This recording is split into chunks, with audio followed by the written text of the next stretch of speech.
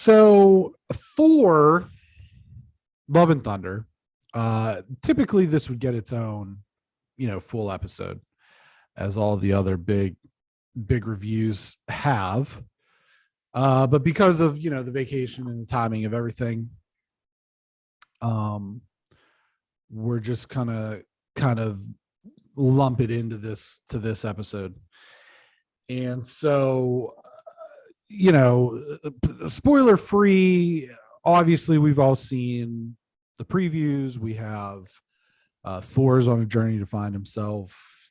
He's eventually joined by the mighty Thor, Jane Foster, played by Natalie Portman, her return to the MCU, and they have to fight a terrible villainous villain by the name of Gore the God Butcher, who is going around killing all the gods, played very ably by Christian Bale, obviously, with many reprising their role. Tessa Thompson is King Valkyrie.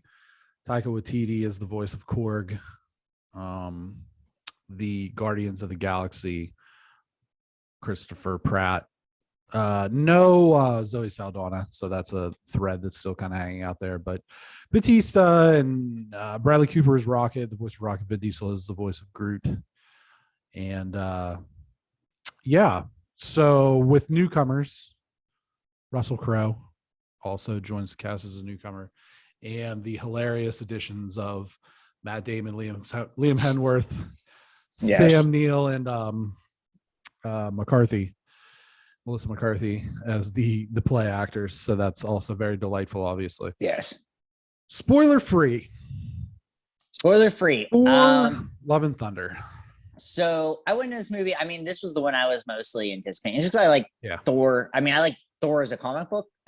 That was one of my probably top 5. I definitely owned a bunch of Thor, and I just liked it, the mythology behind it, everything like that. So I always just went into this like pretty stoked. And I will say I left pretty stoked too. I mean, and I will say I would say the positives and the negatives of this movie are the exact same thing, is that Marvel doesn't really know what to do with Thor. And I think that is both a positive and a negative. And I'll explain it like this without spoiling anything. Sure. Not knowing what to do with this character because they have like the contractual obligation kind of just makes it where it's just a classic Thor adventure, like they mentioned in the movie multiple times. Just another classic Thor adventure. Right. And to really not put him, the Guardians of the Galaxy are in this, but briefly, in the grand scheme of things. In a way, it's like I could see where some people may not like that, where it's like, oh, this isn't expanding the universe. This isn't pushing anything forward. But then again, like there's nothing wrong with Thor. And in another way I would look at it is this is almost like watching a comic book in the realest sense, where it's like, these are just classic Thor adventures, not meshing with Avengers stuff. This is just that standalone thing now where they're going to let this ride. And I really don't think they're going to mesh him with anything else at this point. I really don't. Maybe with Guardians, but not much further than that. I think they're just going to be classic Thor adventures until Chris Hemsworth's contract is done. And then that'll kind of just be it, which is fine. Because I really like these movies and I don't need to have the other things meshed in. I really don't, because I think there is this thing where it's like, the Spider-Man movies with Tobey Maguire worked for the most part for a reason, and there was no other meshing with anything else. And if you're going to use Chris Hemsworth as Thor, probably the tertiary character of those original Avenger movies behind Cap and Iron Man, or Iron Man Cap, however you want to look at it. But I really enjoyed it, and I feel like for me to just walk out of this and enjoy it, and for it to follow the storyline it actually is in the comic book pretty closely, with all these characters, even though they meshed together into one, was fine for me. So I walked away like, oh, I enjoyed this and I like what they're doing, even though I literally thought to myself, I like what they're doing. I'm sure most people are like, well, this has nothing to do with the rest of it. And I think that's actually, for me, that is okay, because I don't really think what else are doing out there is necessarily something that I care that much about. I kind of am still old school and like the regular Avengers. And, if I just get classic Thor adventures and as a former Avenger, that is okay with me at this point.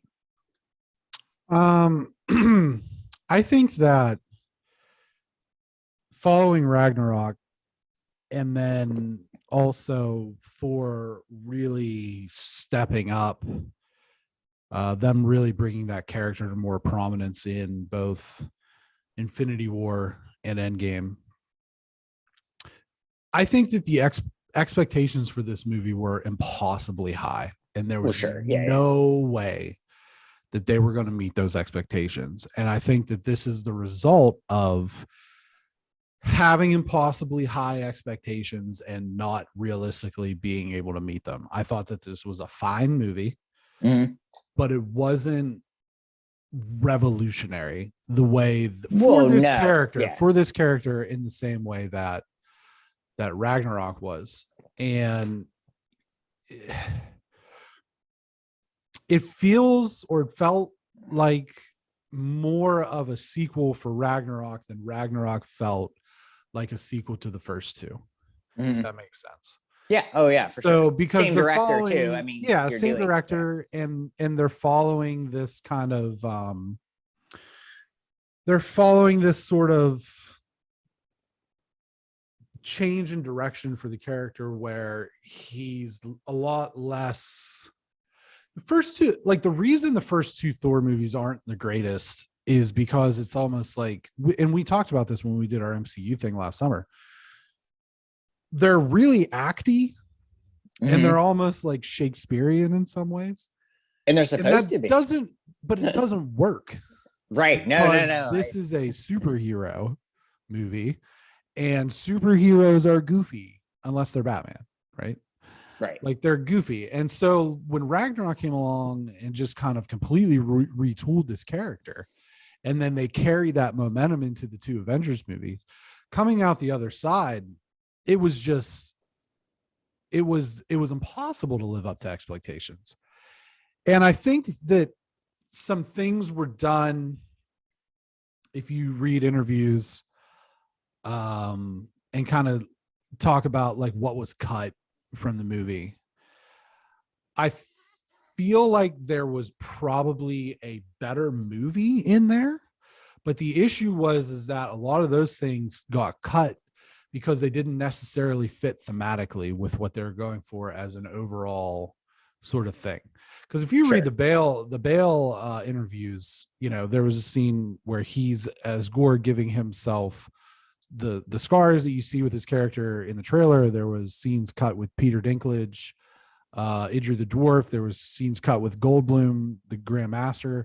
Lena Headey had a whole situation where her scenes got cut, so she didn't get paid salary, and then her agency didn't get commission. And now that there's a lawsuit between the two of them, so it's all craziness on that end.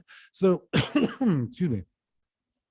So I feel like at the end of the day, that this movie, that there was probably a quote unquote better or more compelling movie that was overall filmed.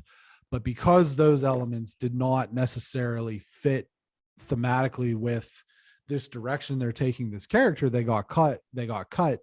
And that was in many ways to keep it family friendly, to keep it funny, to keep it, not too dark, to keep, a lot of those things that we kind of expect from Thor now. But at the end of the day, I think the final product suffered because of it. And I think that whereas you may have had a movie with all of those elements involved that was closer to Ragnarok in terms of quality, and you're maybe looking at like 8s and 9s in terms of a score, instead we get the finished product that we got, which is still a fun movie. But as far as like a movie goes, you're looking at maybe more like 7s, low 8, high end. And so with all that being said, we're going to get into spoilers now. So before we get into your specific spoiler thoughts, there are two things that I want to talk about. And I think one of them is just like a silly thing that made me mad. And the other thing was something that I think legitimately hurt the movie. Number one for me, on the spoiler end of things that I didn't particularly care for. Russell Crowe joined the cast as Zeus, the Greek god of lightning. And for some reason, he sounded like Mario. And I'm not 100% sure why. That's the angle that Russell Crowe, great Academy Award winning actor, decided to come at this role here of the Greek god of lightning by sounding like an Italian plumber. Well, it's a me, Greece and Italy, not that far off. Both make some sort of things with olives. Sure. It's a god of thunder. It's a god of lightning. I was like, what? I mean, they do have similar accents. I will say Russell Crowe, Academy Award actor. I'm not sure he's good at the accents. I don't know if that's really his. He's Australian. He's fine. Yeah, I know. He played the Spaniard. Yeah, but I don't know. It was, it was also comedic. It's supposed to be over the top, and like it certainly was. Yeah. The other major problem I had was there was simply not enough of Gore the God Butcher in this movie. And I would say that was my biggest problem too, was just not enough gore. I thought that at the end, not just because I think actually I will say it is because I just love Christian Bale, and he was great as this character. Yeah. And so I think having more of him in it is still called Thor. And I think that's always the thing. And this is not like, the Infinity movies, as I will just refer to them, obviously those are Thanos movies, right? And he's in those a lot. And I think that's one of those things where like Gore the God Butcher is not Thanos on the level and the scape. And so I think they didn't want to put that much on that character. Well, I think they could, and I think they could have though, and I don't think it hurts the movie at all. At worst, it doesn't hurt. At best, it helps very much. And even though I still, like I said, I very much enjoyed this movie. I just, like you said, I wish there was more gore. Here's my thought on this: is that he was not the right villain for this movie. And what I mean by that is where we're at right now with these films, with these Thor films and the direction they're taking them, where they're a little bit zany, a little bit over the top, and they're kind of more for the kids. And like Grandmaster was perfect for that. Right. Because it's Jeff Goldblum, and he's Jeff Goldblum. Jeff Goldblum is a human being, not even playing a character. Jeff Goldblum as a human being is over the top. Right. So he fit right in there like a glove. And with Hela as being kind of the more, in terms of like end game, final boss of that movie, she was there was enough of her. I think any more of her in that case would have been a bad thing.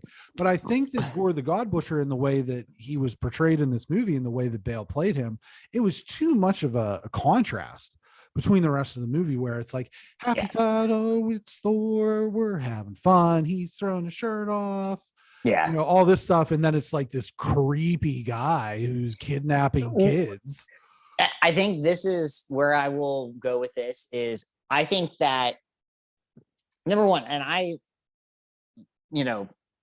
their flags are black with that show aside, I like Taika our flag Waititi. Means death. Our flag means death, whatever. Whatever that show. I like him very much. I think this is it for him on these, because I think this was a thing where maybe the flaw shows through, where he couldn't combine something so dark because if you go back and read the actual comic books of this, or even you don't even have to read comic books, just read the synopsis of these. You can read the comic books, they're good. But it's so dark, and I think what happened is they wanted to get Gore the God Butcher in because you get Christian Bale, who you and I think we both agree is the greatest working actor right now. Top three. Top three. I mean, well, let's say this: our favorite working actor right now. Sure. And you don't want to pass that up and it showed. I mean, this is one of those things where he's so good still. Like, this is one, like, to see Christian Bale do this and to kind of be that, slimy, villainous type person in this, it really showed. So you want to have this character. And I agree where it doesn't necessarily work, but you also do not want to pass up on having that character. And then where else can you use him? Because I don't think, like I said, I don't think Thor is going to be teaming up with the Young Avengers. I don't think, and obviously, we're not getting any of the old guys back. And we know that at this point. We're just not getting the old guys back. Well, we still have Clint and we still have Banner. So there's that. Yeah, but I just don't think we're going to get them teamed up. I just don't. I don't think at this point. So I think you're trying to use him as much as you can, but then you're also playing in the thing you said where it has to be funny and light to some degree. And it's just, this will be my final, and then you got, it's really hard to make a movie that matters when really nothing matters. And I don't mean this in our scheme of lies, but like Infinity War and Endgame were like, everything is at stake. Everything, like, it's half the population is at stake. And in these movies now, that kind of stuff isn't happening yet until we get into the next big bad. Which we don't know what is. And we'll probably touch on more of that with the Miss Marvel thing. Right. Exactly. And that's what I was thinking too. And it's just like, so this is going to be really hard because you don't have Spider-Man, who all his stuff is street level, and which makes Spider-Man so relatable. Spider-Man never deals with the big bad, but Thor also doesn't ever really deal with the big bad in just his solo comic books. He deals with these characters that are kind of in between, but he's also fucking Thor, who can pretty much beat everybody. I mean, like, that's kind of the idea. And so there is this weird spot that Marvel is in. And as much as you and I have said, yes, they should have stopped at Endgame, they can't. You make this kind of money and you just can't stop. You can't stop. And they still make money. All these movies still make a ton of money. And that is the problem. You become, you die as a hero, you live long enough to become the villain. And it's almost like that's what's happening now. And not that I say that these movies are bad necessarily, because I still walked away liking Doctor Strange. I still walked away liking this movie. Fine.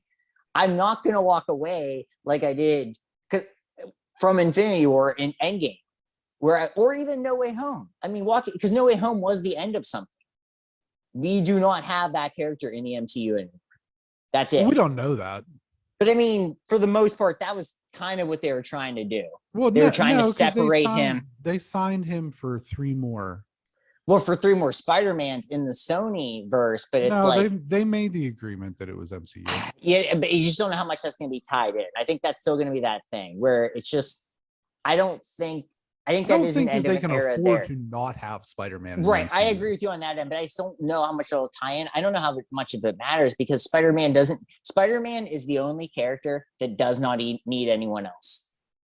And Thor needs Captain America needs someone else. I think we can totally agree on that. And it's, as much as I love The Winter Soldier, is like, that movie was only amazing because they turned it into a spy movie and made it's a whole different thing. It's not a comic book movie at all. And I love the Thor stuff, but now I just don't know what Marvel really wants to do. And I don't think I'm the only one that thinks that. I think people at Marvel don't really know what they want to do. But we'll get into that, I think, with Miss Marvel more, actually. Yeah. So here's what I would say is, you asked the question, where do you use Gore if you don't use him here? Well, I think, and this is getting, into spoilers for the end credits, I think you use him in the next one. You could. I think it makes more sense. The villain in this one? That's the thing is maybe the next one's this one. Because they made so the important thing, the thing that brought people in, and I think that probably the fact that this was a billed as a romantic comedy, right. I think that you're trying to appeal to a demographic by bringing Natalie Portman in, but I think that as fun as it was for her to come back, and one of the end credits suggests that maybe this isn't the last that we'll see of her, but her character doesn't make it in the final battle. But I think that I think that they put maybe appealing to certain demographics ahead of telling a like coherent and interesting story. Because I think that, you know, as we'll get into here, the end credits, the first one being that Zeus is not dead, even though he took a lightning bolt to the fucking sternum. But he is Zeus. Not dead. But, you know, we see Roy fucking Kent, Brett Goldstein. He's here. He's here. He's there. He's every He got fucking super Roy fucking Kent. jacked for that too. That's CGI. I don't think that's CGI. I think he fucking got jacked. They're like, you're gonna be Hercules. Get after it. We see Hercules, and it's Brett Goldstein, and you know, we get the end line, Thor will return. It's like they could have condensed this into a situation where those two were fighting over the lightning bolt, whatever. Thor takes, or Zeus takes the lightning bolt to the chest, and then they have to come together to defeat Gore. And I think that you can tell that story in a way that is more coherent and more interesting than the story that they told. And again, I'm not saying that I didn't like this movie. I liked it. Right. It's just that it did not meet the expectations, which I also thought were unnecessarily highly set. The bar for this movie was way too high. Super high. And there was no way they were going to hit that. And they did the best that they could. I don't know that this is Taika Waititi's last outing. I think that when you have the opportunity to do a trilogy, you do a trilogy. Yes, I just think for him, he's getting a lot of stuff right now, and I'm not he's in really on that. hot right now. No, I mean, like, you know, he's getting some backlash, hard backlash from the movie. Yeah, like I hard. don't think he cares. I follow him on Instagram. He doesn't hanging care, out with his kids at a amusement park. He's having great, and I really like him. Like I said, I really like him. I mean, you know, but I also think there's a point where, like, I just maybe it's Marvel fatigue too. It is, and I will say this. I'll say this. I really like this movie because I had really high expectations, but then I also had low expectations. And you know what I mean? Like my high expectations were like, I'm gonna have a fun time with this because I like having fun with movies. Right. This is, for me, this is my second favorite movie this year, and Top Gun is my favorite movie this year. You like this better than The Batman? You like Thor Love and Thunder I honestly forgot Batman happened this year because this year has been 6 years. The Batman's my favorite movie, Top Gun, and then this. Okay, so my third favorite. Sorry, the Batman just totally. That felt like a year. That literally, I'm not kidding you, Brenton. That felt like a year ago. Holy cow. That's crazy to me that the Batman came out in April, right? It was April? Or was it March? God. It felt like it wasn't even that long ago. That's the thing. It's only been like 3.5 months. That's crazy. It felt so much longer than that. Yeah, you're right. Okay, so good call. Good getting me on that. The Batman was awesome. But it's just, I just don't know what Marvel can do right now to appeal on a grand level to people like us.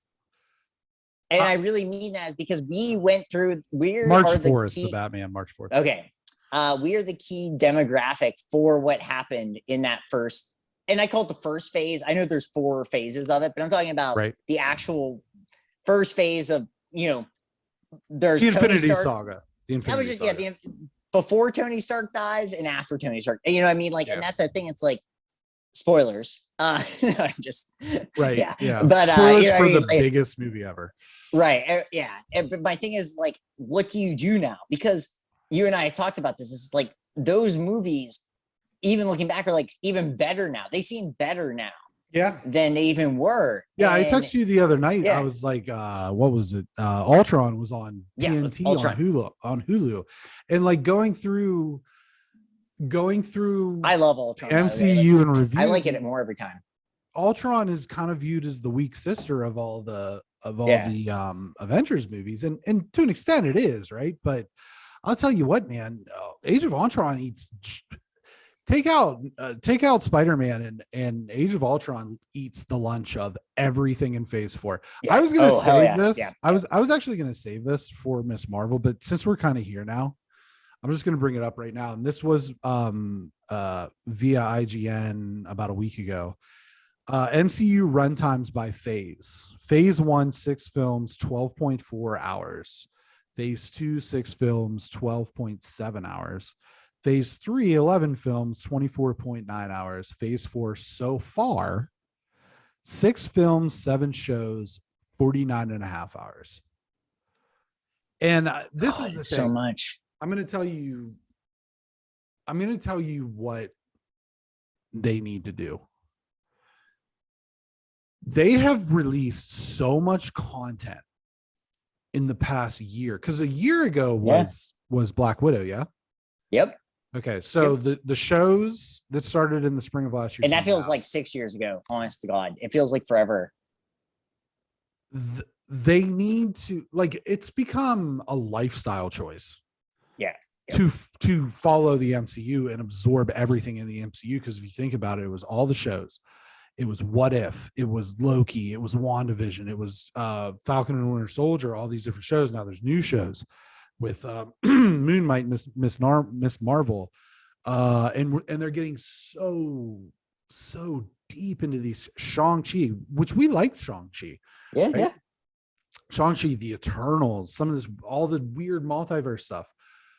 It's become a lifestyle choice to keep up with this. And it's a big ask for people who like just want to, like, the first phase for the MCU was what I say, it was 12 hours, 12 hours. Yeah. 12 hours. 12.4. Something like, yeah. 6 movies over 4 years. That's like super manageable. Super manageable. Oh, well, but I it might was pick like,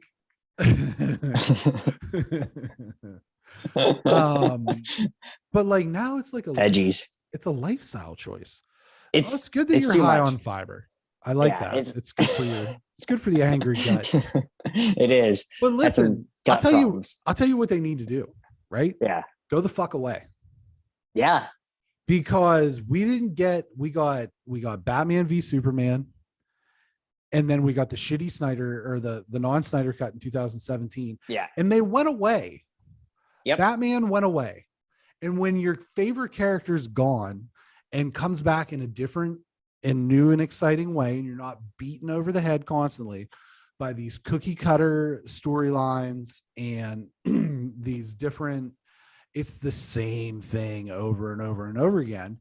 Yeah. And you get a character who comes back. To be honest with you, that's what worked for Thor. Right? After Ultron, Thor went away until Ragnarok, and it was a completely different thing. Yep. And that's what worked for him.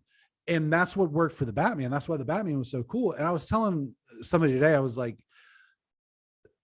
I can understand why people don't like the Batman. It's really long. There's not a ton of action. It's very noir, all that stuff, right? Right. But you have to respect the greatness of that movie, whether you like it or not. Like, you have to understand why it's good. And I think that Marvel's kind of lost that, where it's just like, here's a movie. They're just spitting out things at this point. It's almost like the comics. It's like, you know, we've said like, oh, this is a comic book thing. And, you know, these are like the comics. It's getting to the point, and I can't remember where we joked along the line. It was between one movie and how they always have, like, in the frames of a comic book, if it's referring back to something, it's like, see page 49 of issue 120 of the Amazing Spider-Man. And it's like all that. And it's like getting to that point where it's like, you can't follow things. And the problem is that they're so all over the place right now. And Feige has said, well, within the next 10 months, everything will be revealed as far as who the next major enemy is and what that plot point's going to look like. In 10 months, we're going to have another 50 hours of content. I would hope we'd have something. And so it's like, you know, as a standalone thing, this movie, Thor Love and Thunder, was fine. It wasn't as good as Ragnarok. It was still head and shoulders better than the first. I give it. I mean, I will just say Natalie Portman. We didn't talk about her. Yeah, sure. I thought she was great in this movie. Yeah. I really did. I really thought she was great. Not just because she had some serious guns, Because she looked when she was jacked up. But but here's my other problem with that whole storyline. Yeah. Okay, is they literally fucking time traveled. Yep. But nobody's got a cure for cancer. Yeah, I mean that's in the comic books. That is in the her storyline actually matches the comic like exactly to a T. Right. So yeah, they don't have a cure for cancer. Do time travel. That is a comic book thing. So because time travel doesn't hurt the medical industry. Big pharma. Never forget. Right. Big pharma. Right. Big pharma. So yeah, I thought everybody was great. It was just one of those things. Say that not as good as Ragnarok. I left thinking it was better, but then I like walked out like Ragnarok kind of set the standard for that. So for me, I will say I'll just flat 8. I do think it was entertaining enough for me, and the flaws were there, but I'll give it an 8, Brian. I have to stick with like a 7 for this, just because I really get the feeling that there was a better movie under there and we didn't get to see it because they needed to sell toys and Happy Meals.